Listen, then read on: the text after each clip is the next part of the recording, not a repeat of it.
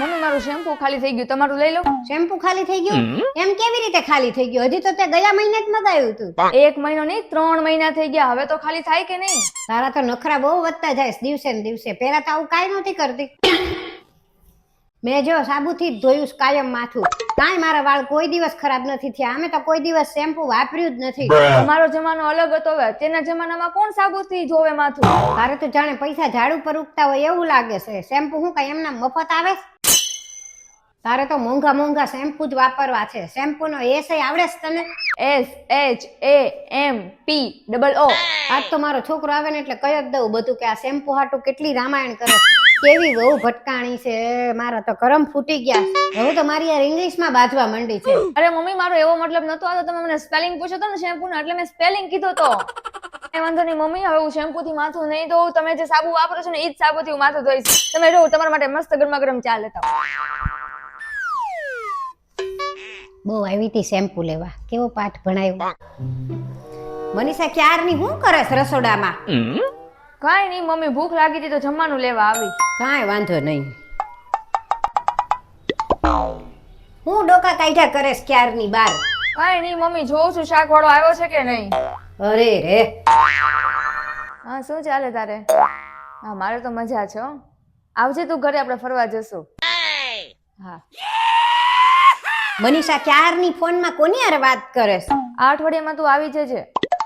અરે મમ્મી મારા ભાઈનો ફોન છે. હારું. હું કરેશ મનીષા ક્યારની બાથરૂમમાં? કેટલી વાર થઈ? અરે મમ્મી બાથરૂમ સાફ કરું છું. હારું વાંધો નહીં, કરી લે પણ હરખું કરજે બાથરૂમ. મનીષા આ હું કરેશ તું? મારા છોકરાના પેન્ટના ખીચામાંથી હું ખાખા ખોળી કરેશ? અરે મમ્મી ધોવા નાખું છે એટલે જોઉં છું કે કઈ છે નહીં ને. ઠીક, તો હરખી રીતે ના જોઈને નાખજે પાછી. મનીષા આ શેટીમાં શું કરેશ તું? અરે મમ્મી ગરમ કપડા મૂકું છું. હા તો મારાય મૂકી દેજે હારો હાર. હવે તો ગરમી વહી ગઈ, હવે ઠંડી શરૂ થઈ ગઈ છે અને ઠંડી ના કાઢી લેજે પાછી. હા હા વાત.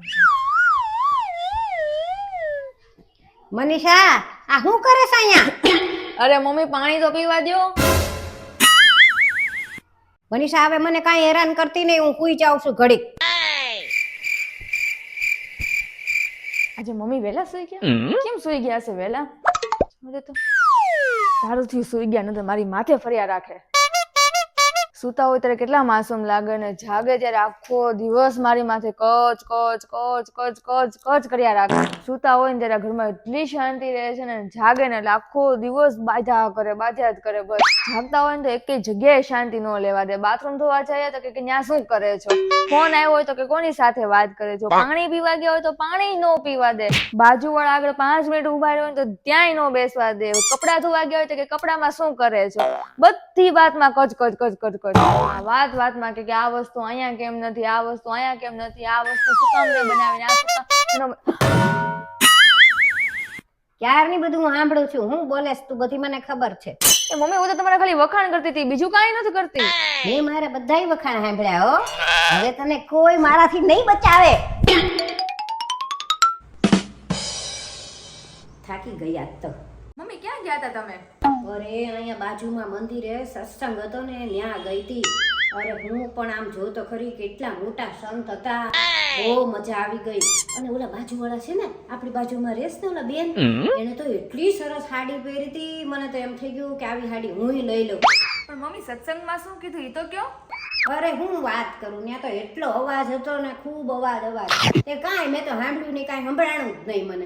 સત્સંગમાં ગયા હતા ને કે બધાની સાડીઓ જોવા ગયા હતા?